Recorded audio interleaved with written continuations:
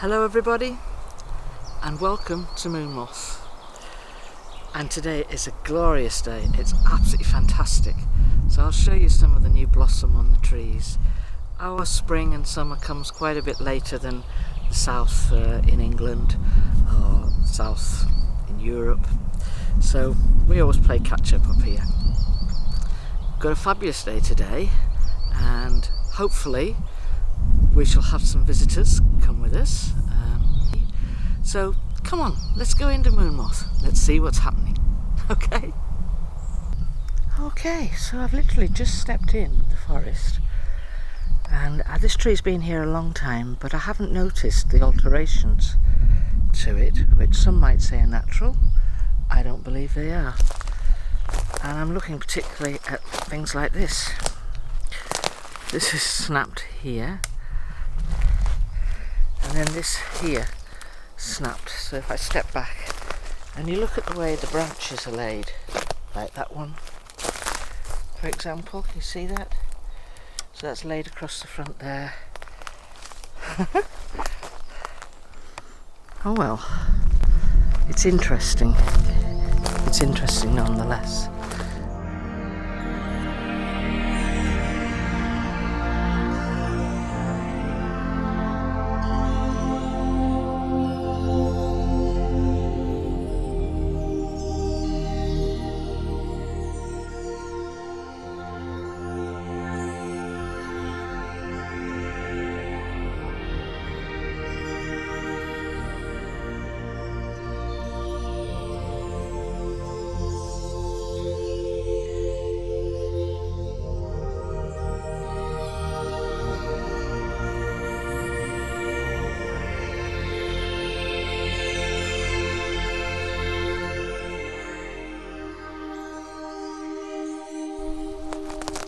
Down here, there's a stone pile.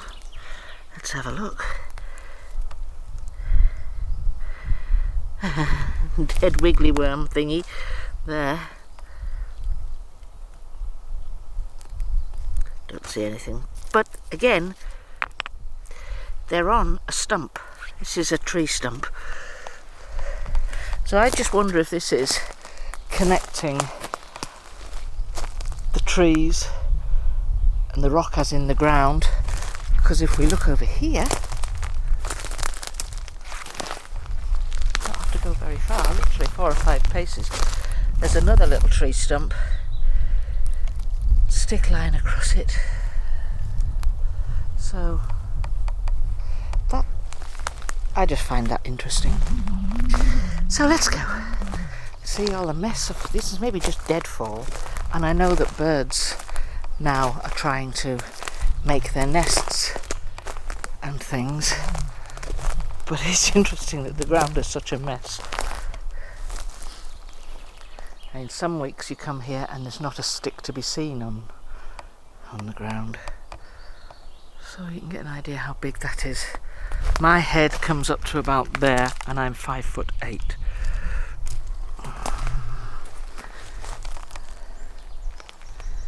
Okay, again. So a lady called Audrey B, she asked about the glyphs. Was it a form of language? Was it like writing? Was it connected to rune language? Anything that is runic? And the answer is yes. It's not an amalgam. I thought it was maybe an amalgam of runic languages, because there are many and they use slightly different, just slightly got different glyphs for, or different signs. So I asked, do they use the runic language? And the answer is yes, and it is Nordic runic.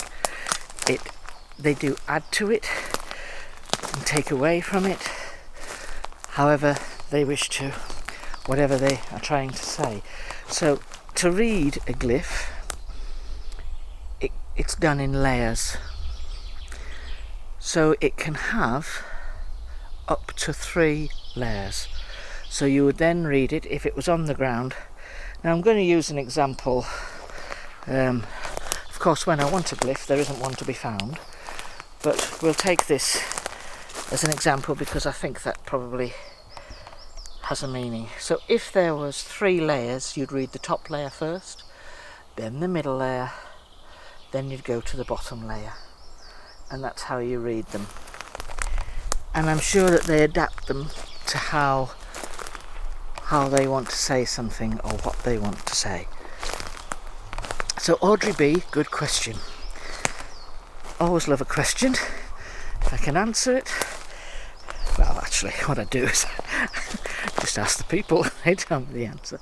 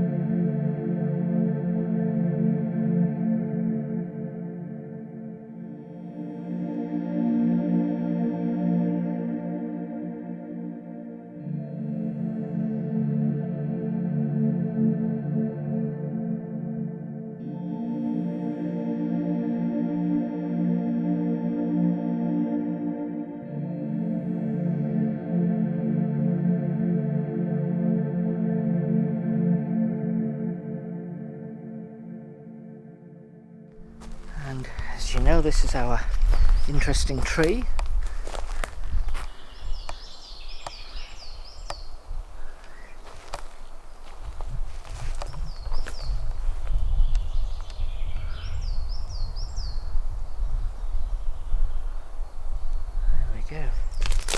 So I always find it quite interesting when people say, what do they want? Meaning the people, meaning Sasquatch. What do they want? Why are they here?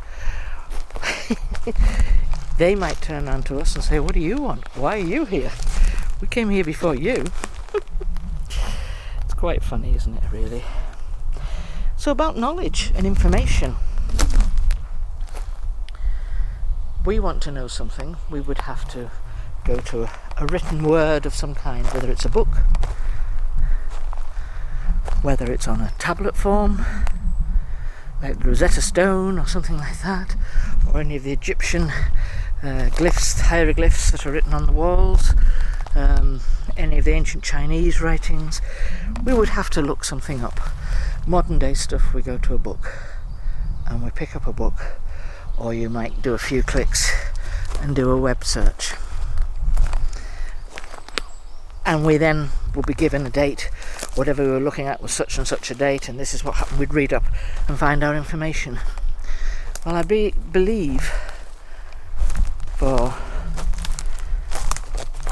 the forest people here, if you give them a date, they will be able to just pluck that from the air, and they'll be able to tell you what happened and what it's in connection with at any given time. I think they have what I would call, what I would refer to as a true or a real random access memory. They can find anything at any given time, any location, and speak quite extensively about it. They have tremendous knowledge. Tremendous knowledge. So a question that was given to me by somebody who said, why are these people that I come to visit, why are they so quiet? Why do they not make noises and talk? Well, first of all, the United Kingdom I think the widest part is in the very south of England. But up here, we're probably 87 miles from one coast to the other. And even less just a bit further north when you go to the Firth of Forth and the Clyde, which is just a few miles down the road. The bandwidth is much narrower in the country, so if somebody was making noises in forests, people would hear it. We are the third most populated country in the world, so it would be heard. So I asked the people about language, do they speak out loud? To communicate between each other, they use Mindspeak in the same way as they use Mindspeak with me. The only audible version of that we hear might be clicks. Now, the other week I picked up quite a series of clicks over this area. And when I say clicks, you might be thinking, what do you mean by clicks? Well, it sort of sounds like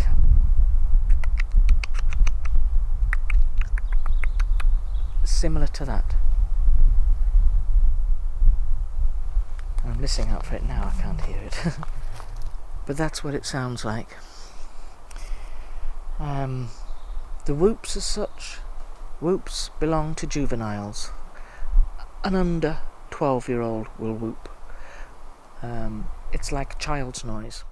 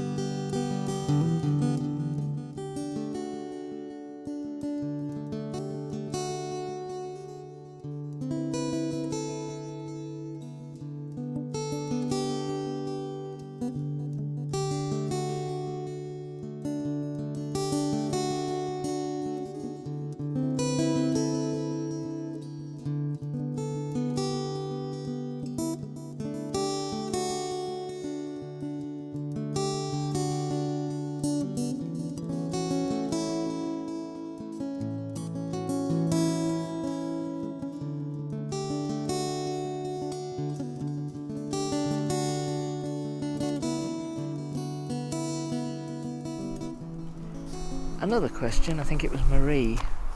Marie, I think you said about a portal being at the top of the hill. Do they come visit here through a portal at the top of the hill? Top of the hill just happens to be a gifting site that Ahochida chose for me, out of sight, away from everybody. And their portals are more likely to be, I believe they're halfway down. We've passed them as we've come up. They are halfway down the hill here, and there is an international portal and there is local portals. The ground has to be specifically prepared when Abak decides to go abroad for whatever reason he's going. It has to be specifically prepared, so I need to be careful where I walk and the energy that I might displace with my energy when they are coming and going. How do they travel? Don't ask me. I have absolutely no idea. I do have a few suspicions, but trying to describe that, well, I don't think you'd buy it, folks. I really don't think you'd buy it.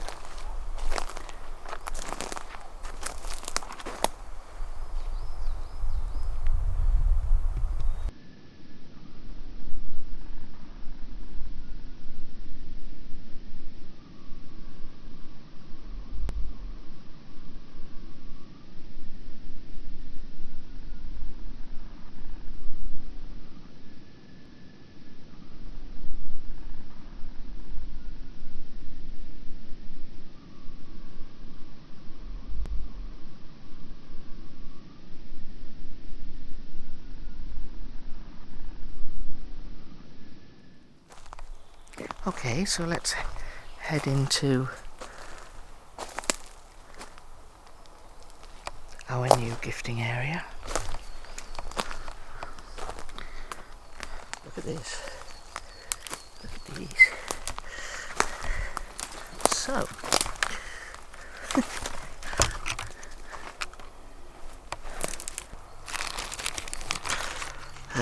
that's ripped at the side. That's ripped at the front. That was what had the cakes in. It was because it was Layla's birthday, you see, last week. Hababa and Layla had a birthday. So this has got holes in the front and the back. In fact, this bag has been opened at the top. See that? It's been opened.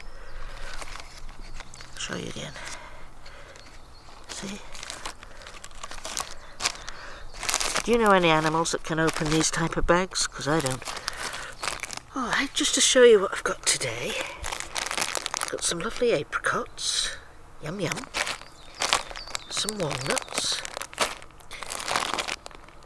Hazelnuts. And some pitted dates. And some peanut butter. Don't know where the peanut butter jars go. These are plastic, they're not glass. I found one down in Sio's area, but pretty much they disappear. That's the apricots, the walnuts, the hazelnuts and the dates. So that's that. Try and reverse out of here without falling over. The apples from last week I've left. I can't really do very much with them. They haven't really, that one's been nibbled, but the rest seem perfectly okay, and they'll just chuck it, I'm sure. But I brought them a mango, brought them a lovely mango, because these mangoes are just fantastic at the moment. So I've brought them a mango. So I've got all my collection of rubbish bags there. I've got to pick all this stuff on the ground. But I brought some water, and this is really because we have had a week, well now something like 10 days without rain. And I think our Huchidas plant, look at all the buds on there. Look at all of the buds. I think this is going to need some rain. So this is rain from a bottle. Alright. Just grow, little plant, just grow. See all the buds? Do hope they're going to come out. So the Easter Island moe, it's thought by scientists that the reason why their statues are located where they are was because they were representing that they were close to food. This was a very rich food source with fresh water and with in abundance, water in abundance, and with food stocks, supplies of fruit and things that they can eat, fish in the water. I don't buy that. I'm sorry, I don't buy that. I think that the Easter Islanders, the way they had their heads facing in one direction, was nothing to do with the sea. In my opinion, I would say it was more to do with the position of the stars. Where the stars are, looking to which stars guide them. So the Easter Islanders, the moe, they are giants too. And they were also carved by the Rapa Nui people. And they sit on these platforms called ahus. And yeah, they're very, very, very imposing. And some of the heads you see, they have a full body underground. You only see the sort of shoulder line. They have a full body underground. They've been dated as being made from or created and carved from about the 13th century. I wonder if they weren't carved a lot earlier than that. But who knows? I love the stillness of this. I really love the stillness. Now, do you think that would have been laid by accident? you think it would have just fallen off a tree in that shape, given that there's nothing else in that kind of geometric shape? What do you think, girls and boys? Ladies and gentlemen? And pretty much it doesn't matter which forest I go in, whether I'm in this forest or whether I'm in an area where CO lives, or whether I'm in the area where Big D lives, or whether I'm in any areas where their families live. Pretty much all of these signals reappear in different shapes and sizes, some large, some small, but they all appear. They're all repeated.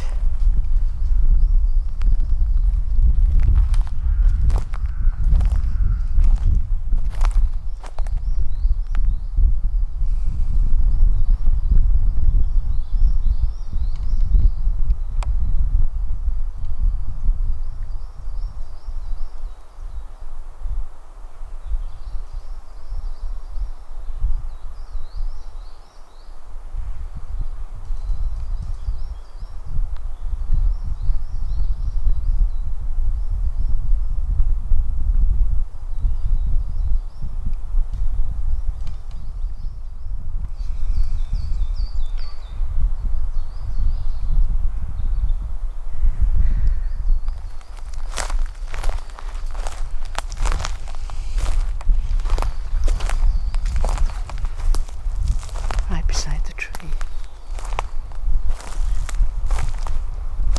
See how that's just appeared? That is not connected in any way. That will just pull out there. See that? It's just odd. But I don't think the sticks in the ground actually mean anything.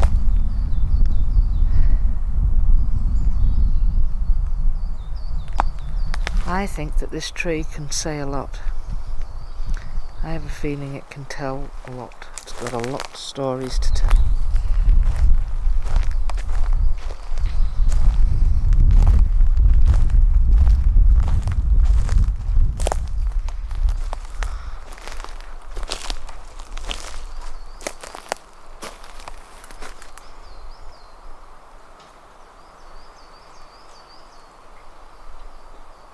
A lot of clattering going on.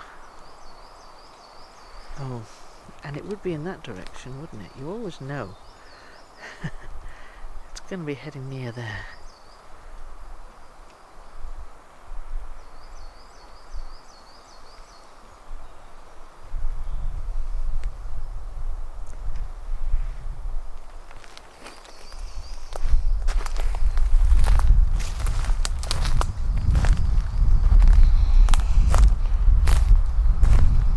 My lovely friends, I'd like to say thank you to the family, thank you to everybody here for allowing me to visit. So people, stay safe and be kind to each other, be kind in word and thought and deed, and I hope you have a really lovely, enjoyable week ahead, and hopefully, God willing, we'll see you all next week.